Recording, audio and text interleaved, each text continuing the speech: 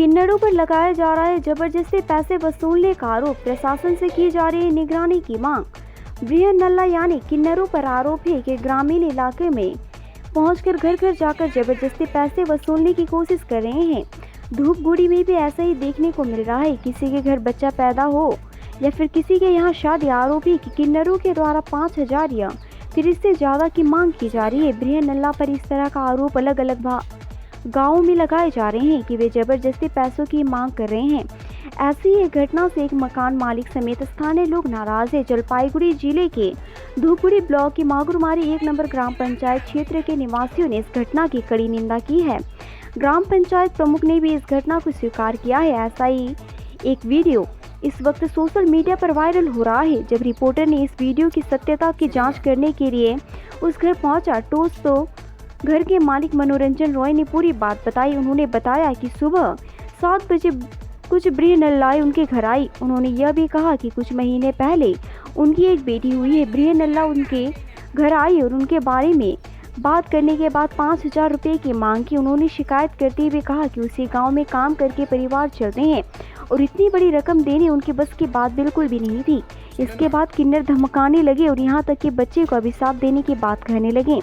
गालियाँ देते हुए जबरन 5,000 रुपये की मांग करने लगे। हालांकि मैंने किसी तरह 1,000 रुपये देकर मामले को निपटाने की कोशिश की, लेकिन उन्होंने किसी भी तरह से मानने से इनकार कर दिया। इलाके के एक युवक ने इस मामले का वीडियो बना लिया। उन्होंने 5,000 रुपये के लिए काफ़ी दबाव डाला और आखिरकार 1,500 रुपये लेकर चले गए। दूसरी ओर स्थानीय लोगों की शिकायत है कि बृहन्नला लोगों पर कई तरह से अत्याचार कर रहे हैं।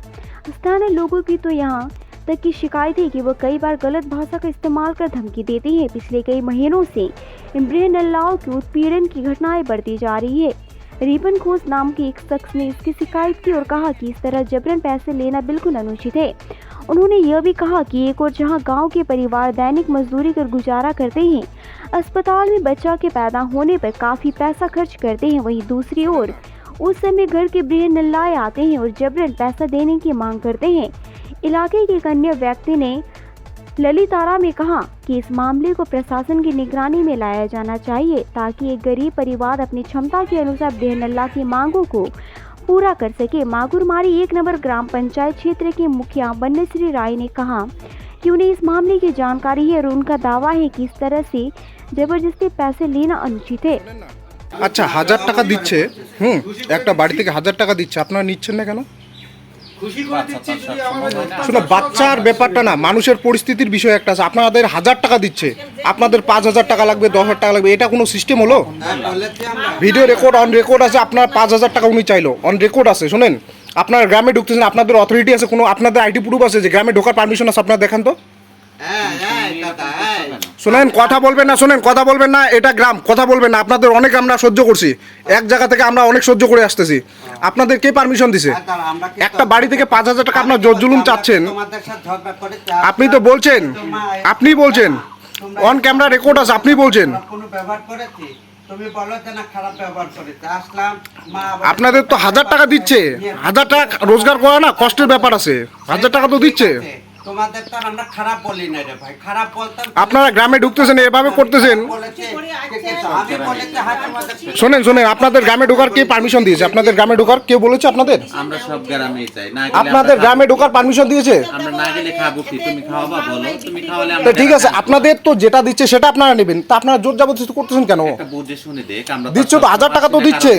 না না, 1,000 টাকা তো দিচ্ছে, আপনাদের জোর জবরদস্তি করা কি আছে? বললাম একটা বুঝে শুনে দেখ, আমরা দিচ্ছে তো 1,000 টাকা, মুখের কথা নয়। আপনি রোজগার করেন তো, একটা মানুষের হাজিরা কত জানেন? হাজিরা কত পার ডে? হ্যাঁ, তো আপনারা জানেন না তো এবার বলছেন কেন? 1,000 টাকা রোজগার করতে না মানুষের ঘাম ছুটে যায়। একটা মানুষ 1,000 টাকা দিচ্ছে আপনাদের, আর কি দিবে বলেন? আপনি বলেন। এই ভিডিও আমি আইসির কাছে পাঠাচ্ছি, এসপির কাছে পাঠাবো। আচ্ছা পাঠাও, সেটা এটা নিউজও হবে, এটা মনে রাখেন। কত নিউজ আমরা আছি। আমি একটা কথা বলি, তুমি ভিডিও করে। হ্যাঁ অবশ্যই অবশ্যই অবশ্যই। তোমার সাথে যদি আমি রাত ব্যবহার করে থাকি, আমার সাথে না, শুনেন শুনেন, বাড়ি তো আমাদের, তো বাড়ি তো আমাদের, বাড়ি তো আমাদের। তো আপনারা গ্রামে ঢুকতেছেন এবার। হ্যাঁ বলেন। তোমার বাড়িতে আসছে, তোমাকে যদি আমি একটা ফালতু কথা বলতাম কিংবা ফালতু ব্যবহার করতাম, তুমি আমাকে বলতে করতেছেন তো, করতেছেন তো। আপনি কি বললেন 1,000 টাকা দিচ্ছে, আপনি কি বললেন 1,000 2,000 নেবো না, 3,000 নেবো না, 5,000 লাগবে, আপনি বললেন। অন রেকর্ড আমি দেখা দেবো আপনাকে। তুমি আমাকে দিয়ে দিচ্ছে তো, হ্যাঁ? দিচ্ছে দাদা, তুমি দিচ্ছে তো। তুমি এটা ভিডিও করে হ্যাঁ। তুমি যেখানে মন চায় সেখানে পাঠাও, তাতে আমি রাজি আছি। আচ্ছা পাঠাও, তুমি ভিডিও করো।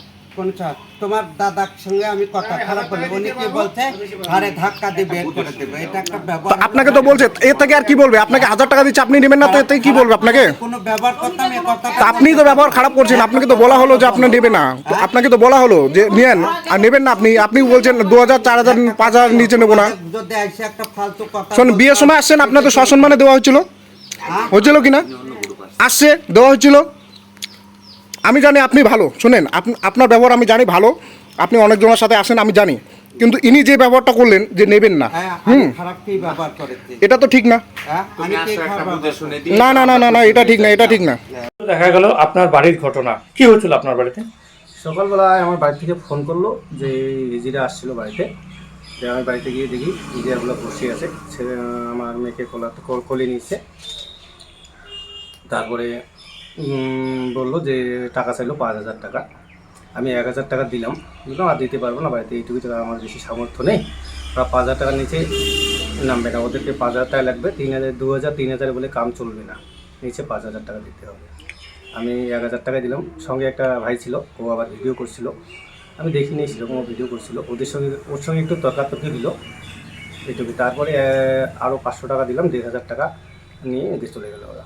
এই যে বারবার করে বিভিন্ন বিয়ে বাড়ি কিংবা বাচ্চা হওয়ার পরেই যাচ্ছে, এটা কি উচিত? আপনার কি মনে হয় এই জোর জবরদস্তি করাটা? না না, এটা উচিত না ওদের। এর মানুষের একটা সামর্থ্য থাকে, যার যেরকম সামর্থ্য সে সেই রকম দিতে পারে। এখন আমি আর 1000 টাকা সামর্থ্য ছিল, আমি আমার 1000 টাকা দিয়েছি, কারো 200 টাকার উপরে সামর্থ্য নেই। 200-কে কেউ দিনমজুরি খেলে 300 টাকা হাজিরা পায়, সে কীভাবে 1000 টাকা 2000 টাকা দেবে? ওই জন্য যার যেরকম সামর্থ্য সেটুকু দিয়ে যদি নিয়ে ওরা চলে যায় তাহলে ভালো। তার কি আসলে সেই সামর্থ্য অনুযায়ী টাকা নেয় নাকি জোর না জবরদস্তি না, করে? ওদের তো জবরদস্তি থাকে, ওরা এসেই 3000 4000 5000 যার কাছে যেরকম পায়। কি বলে তারা, এসে কি বলে? যদি টাকা না দেয় বিভিন্ন রকম অত্যাচার করে, বিভিন্ন বাড়িতে মহিলাগুলো থাকে, বিভিন্ন খারাপ ভাষা প্রয়োগ করে, মানে অসভ্য ভাষা প্রয়োগ করে, যে এখানে ওখানে হাত দেয়। এইগুলা তো মা বোনদের সামনে এগুলো করলে তো মানুষ তো ভয়ই ওদেরকে টাকা দেয়, এটা করা উচিত না। এদের মানে মানুষ ভয়ই হচ্ছে টাকা দেয় ওদের হাতে, তাই তো?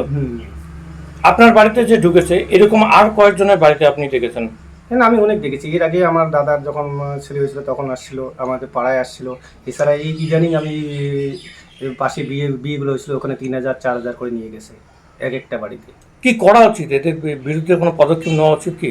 এদের বিরুদ্ধে অবশ্যই পদক্ষেপ নেওয়া উচিত। কেননা এরা যদি পদক্ষেপ না নেওয়া হয় তাহলে এরা আরও বেশি করে ডিমান্ড করবে ভবিষ্যতে।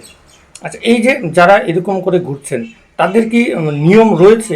কি জানেন আপনি যে এরকম করে টাকা তুলতে পারে জোর জবরদস্তি? না না, এটা এই ব্যাপারে তো আমি বলতে পারবো না, কিন্তু উচিত না আর কি। যতটা সামর্থ্য ততটা দিয়ে চালানো দরকার। হুম। আপনার নাম? আমার নাম মনোরঞ্জন রায়, আচ্ছা, আপনার এলাকার নাম? কালীঘাট।